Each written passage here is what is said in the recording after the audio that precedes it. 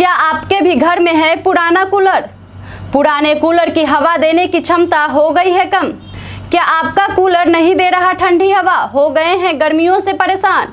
ये तरीके अपनाएं, एसी जैसी हवा देगा पुराना खटारा कूलर।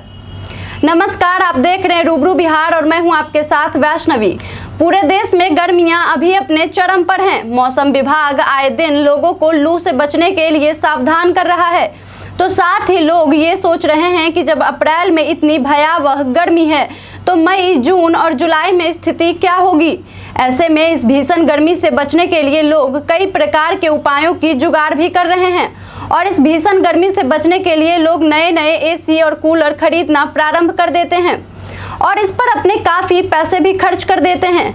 कई बार तो लोगों के पास घर में पहले से कूलर होता है, उसके बाद भी उन्हें नए ऑप्शन की तलाश करनी पड़ती है। ऐसा इसलिए होता है क्योंकि पुराना कूलर ठंडी हवा देना बंद कर देता है और पुराने कूलर में हवा देने की क्षमता भी कम हो जाती है। लेकिन कुछ ऐसे नुस्खे या कहें टिप्स हैं जिसे आप आसानी से अपना सकते हैं। इस हैक्स का यूज करने पर आपको पुराने खटारे कूलर से भी ठंडी हवा मिलेगी। समय समय पर बदले कूलर का घास। कई बार हम कूलर को गलत तरीके से इस्तेमाल कर रहे होते हैं और हमें पता भी नहीं होता है। कई लोग कूलर की अच्छी तरीके से साफ सफाई नहीं करते हैं और उसका लगातार उपयोग करते रहते हैं।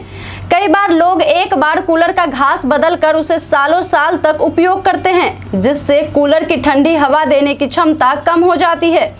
बहुत समय तक कूलर के घास को नहीं बदलने से पुरानी घास में नमक और धूल जम जाता है, जिससे कि कूलर में हवा का वेंटिलेशन ठीक से नहीं हो पाता और जिसकी वजह से कूलर से ठंडी हवा नहीं मिलती है।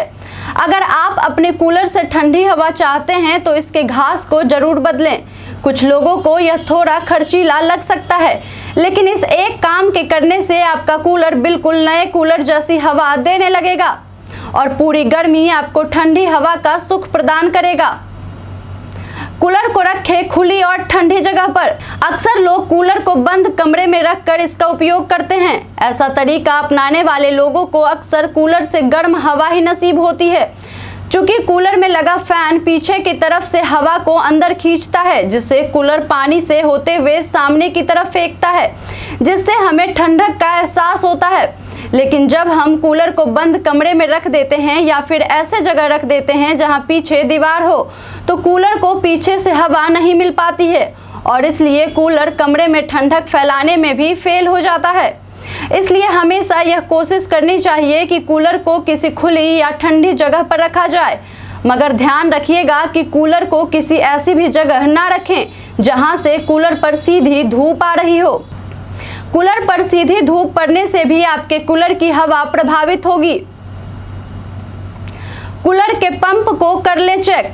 अगर आपने कूलर के पंप को कई सालों से नहीं बदला है तो उसे भी ध्यान से जरूर बदल ले, क्योंकि लगातार काम करते रहने की वजह से पंप की स्पीड कम हो जाती है और वह घास में तेज रफ्तार के साथ पानी नहीं पहुंचा पाता और जब घास में ठीक से पानी नहीं पहुंच पाता है तो ठंडी हवा भी नहीं मिल पाती है। इसलिए अपने पंप को भी एक बार जरूर चेक कर लें और ज़रूरत होने पर उसे चेंज भी अवश्य कर लें। साथ ही यह भी चेक कर लें कि जिन छिद्रों के माध्यम से घास में पानी पहुंचता है वह कहीं जाम तो नहीं है और जाम होने पर छिद्र को साफ कर ले। इससे कूलर की घास को सीधे तरीके से पानी मिलता रहेगा और आपका कूलर आपको ठंडी हवा देता रहेगा।